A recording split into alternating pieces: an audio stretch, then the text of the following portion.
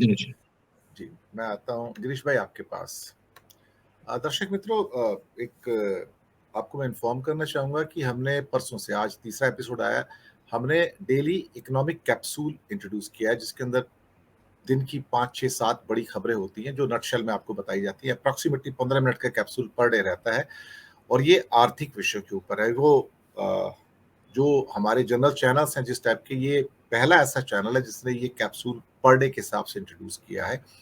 आप इनको ज़रूर देखिएगा और इसका टाइटल मैं बता दूं, रोजी रोटी है। जी हाँ, ये टाइटल है रोजी रोटी। तो रोजी रोटी के नाम से वो चीज़ें, वो आर्थिक समाचार जो आपके जीवन को अ, बुरी तरह से प्रभावित कर सकते हैं, आपकी जेब पर डाका डाल सकते हैं। सरकार की वो नीतियाँ जो जिनको आप पहचान नहीं पाते, कई बार आती हैं लेकिन वो इकोनॉमिक पेजेस को आप पन्ने पलट कर चले जाते हैं। तो मैं आपको उसमें बता रहा हूँ प्रतिदिन कि ऐसा क्या हो रहा है जिससे कि आपकी जेब के ऊपर प्रतिदिन और डाका पड़ रहा है, या क्या एडवर्स कंडीशंस हो सकती हैं जो आपके लिए एक बुरी खबर हो सकती है।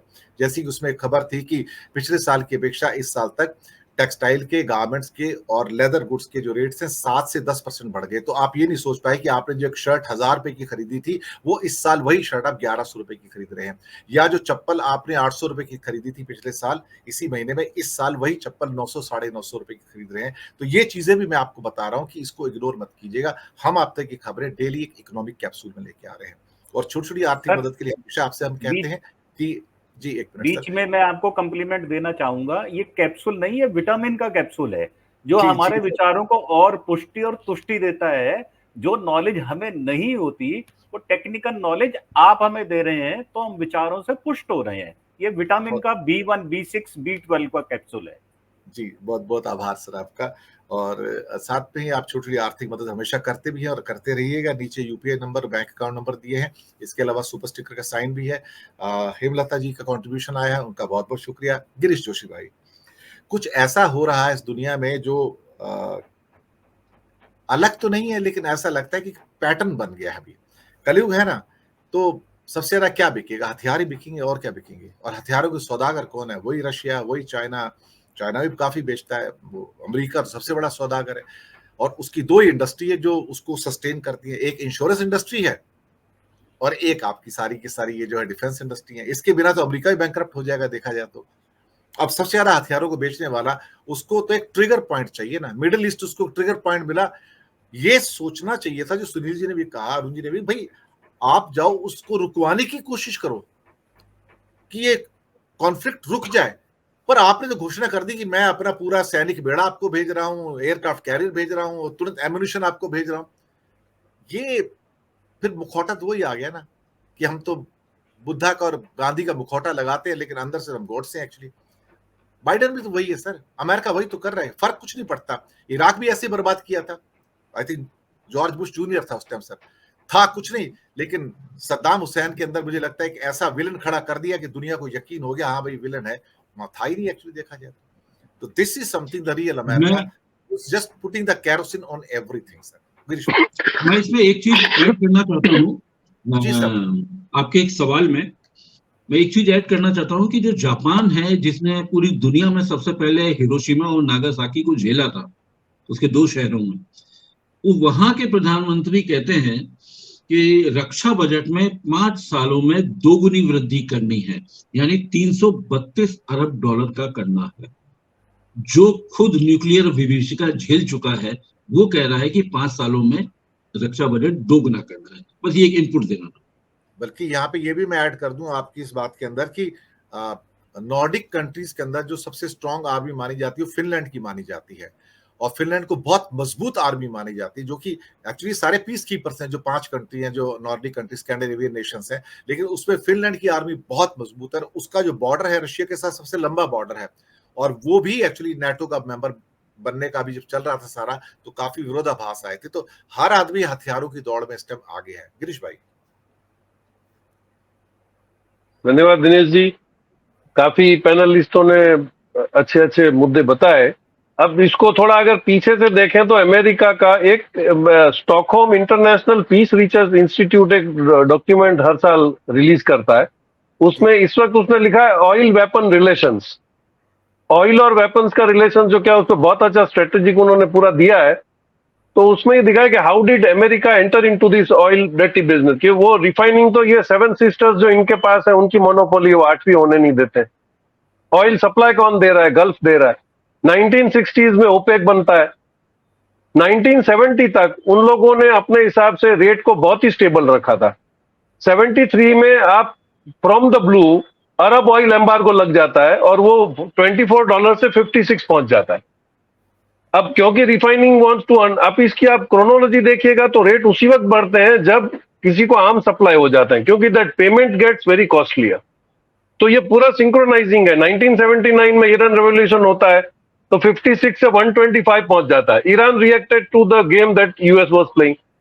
उसके बाद फिर 1981 में रेगन ने उसको काउंटर करने के लिए उन्होंने डी रेगुलेशन कर दिया, तो वो सीधा $26 पे आ गया था। तो this is the game going for a long time. आप 2008 में देखिए, आज हम रशिया को बोल रहे हैं कि रशिया इज नाउ प्लेइंग, क्योंकि अब सब लोग सीख गए। 2008 में पुतिन ने आने के बाद पहला ये बोला था कि मैं जीडीपी को 2% से 4% तो हाल फिलहाल बढ़ाऊंगा। तो उसके पास क्या था? आर्म्स एमिनेशन तो वो सेल कर रहा था। तो उसने इकोनॉमिक जो रिफॉर्म्स की उसने सोची, तब सडनली कुछ भी नहीं था और ये डॉलर का रेट सीधा 118 तो 156 पहुंच गया। एक तरफ उसका सेल्स रोका गया, यहाँ पे उसका जो भी उसने पैसा रिजर्व रखा था that was taken away by the oil price increase. तो आपने उसकी इकोनॉमी को हार्म किया था। अब हम इंटेलिजेंटली पूरा ये इकोनॉमिकल सिचुएशन देखिए, जैसे ही यूरोप ने पेट्रोलियम प्रोडक्ट की डिपेंडेंस छोड़ के जैसे ही वो गैस पे आया, तब तक किसी को कोई दिक्कत नहीं थी। जब पूरा वो गैस पे आ गया तो यूक्रेन से सप्लाई लाइन तोड़ दी। हम देख रहे थे, बीच में वीडियोस आ रहे थे कि यूरोप में इस जगह पे आदमी लोग लकड़ा ले लेके जला के बैठ रहे हैं, क्योंकि दे डोंट हैव गैस। उन्होंने वो सिस्टम ही चेंज कर दिया पेट्रोलियम का। Now there dependence on gas was there, but वो स्टॉप हो गया। तो ये इंटरनेशनल गेम जो चल रही है, this is all basically on the energy and dollar. इसमें पेट्रो डॉलर का भी बीच में नाम आ गया था कि दिस इज पेट्रो डॉलर। तो ये सिस्टम जो पूरी चल रही है, तो इसका अगर हम सिस्टम देखेंगे तो अभी ये देख रहे थे कि जब भी ये सप्लाई हुआ, आपने जैसे कुवैत की बात करी थी, कुवैत में एक्सप्लोरेशन ऑफ ऑयल कौन कर रहा है? They are US company.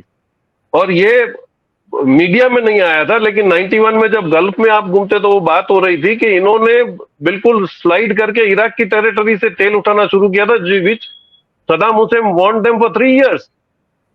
उसके बाद ये वॉर हो रही है, तो they deliberately create the mischief, then they send you the arms and then, तो वो मतलब लड़ा भी यही देते हैं और ये फिर उसका सॉल्यूशन भी देते हैं।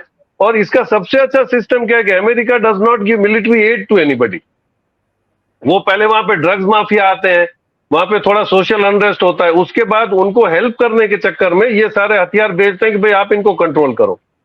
अभी आप देखिए सऊदी अरेबिया से जो रातों रात प्रेम आ गया, वो ट्रंप के समय से शुरू हुआ था। उनको डरा दिया कि ईरान कभी भी आप पे एटॉमिक बम फोड़ सकता है, तो उसको भी बड़ा दिमाग में आ गया कि why should not I also go as atomic power. और उसी चक्कर में सऊदी अरेबिया जाके उनके साथ बैठा हुआ है और इन्होंने पूरा डिस्टर्बेंस क्रिएट कर दिया। तो सऊदी अरेबिया से दोस्ती was to kill the Palestine. अब ये समझ में आ रहा है कि बाद में ये हो गया। अगर अंग्रेजों ने जो किया था कि ईस्ट पाकिस्तान और वेस्ट पाकिस्तान बनाया था, उनको पता था कि ये डिस्प्यूट चलेगा तो सब जगह से ये same thing was done by Israel. उन्होंने गाजा को अलग कर दिया, पैलेस्टाइन को अलग कर दिया, ये डिस्प्यूट चलता रहा। आज अगर उसी को आप सेपरेट टेरिटरी कर देते, पैलेस्टाइन अपना इंडिपेंडेंस मांग रहा है, आप गाजा को सेपरेट करके कर दो। आज हो क्या रहा है? पैलेस्टाइन लिबरल ऑर्गेनाइजेशन वहां पे बैठा हुआ है, हमास ने इधर टेक ओवर कर लिया।